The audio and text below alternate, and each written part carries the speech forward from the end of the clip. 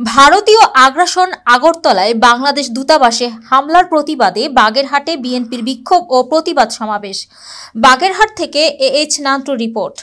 ভারতের আগরতলায় বাংলাদেশের সহকারী হাইকমিশনে হামলা, পতাকা ছিঁড়ে ফেলা, দিল্লির আগ্রাসনের প্রতিবাদে বাগেরহাটে বিএনপির বিক্ষোভ মিছিল ও প্রতিবাদ সমাবেশ অনুষ্ঠিত হয়েছে। বৃহস্পতিবার 12 ডিসেম্বর বিকালে খুলনা মোংলা মহাসড়ক থেকে বিক্ষোভ মিছিলটি শুরু হয়ে চুলকাটি বাজার প্রদক্ষিণ শেষে প্রেস ক্লাবের সামনে এসে শেষ হয়। পরে চুলকাটি প্রেস ক্লাব চত্বরে বিক্ষোভ সমাবেশ অনুষ্ঠিত হয়।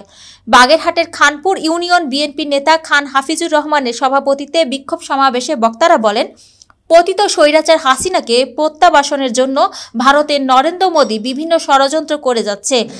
দিল্লিতে বসে বাংলাদেশকে ধ্বংস করতে মরিয়া হয়ে উঠেছে শেখ হাসিনা। তাই আমাদের সকলকে ঐক্যবদ্ধ থাকতে হবে। বিক্ষোভ মিছিল শেষে ভারতের সকল পণ্য বর্জনের ঘোষণা দেওয়া হয় এবং আগরতলায় সহকারী কমিশনে আক্রমণ, পতাকা ছিঁড়ে ফেলা তীব্র নিন্দা জানিয়ে হুঁশিয়ারি দিয়ে বলা হয়, আমাদের স্বাধীনতা ও সার্বভৌমত্ব পতাকা কেউ ছিনিয়ে নিতে পারবে না। 18 কোটি মানুষের এই দেশ ভারতকে কঠিন জবাব দেবে।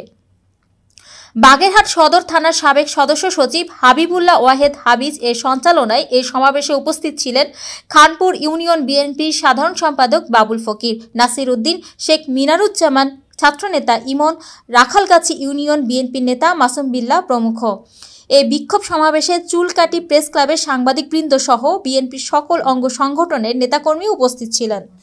আমি ভারতীয় সেই সব দাদাবাবুদের উদ্দেশ্যে একটি কথা বলতে চাই, আপনারা যদি বাংলাদেশের মানুষের বিপক্ষে যে শেখ হাসিনা সরকারের সাথে শেখ হাসিনার সাথে বন্ধুত্ব করতে চান, তাহলে বাংলার ছাত্র জনতা যেমন শেখ হাসিনাকে বিতাড়িত করেছে, ভারতের নাম নিশানা মুছে দেওয়ার জন্য বাংলার ছাত্র জনতারাই যথেষ্ট বলে মনে করে।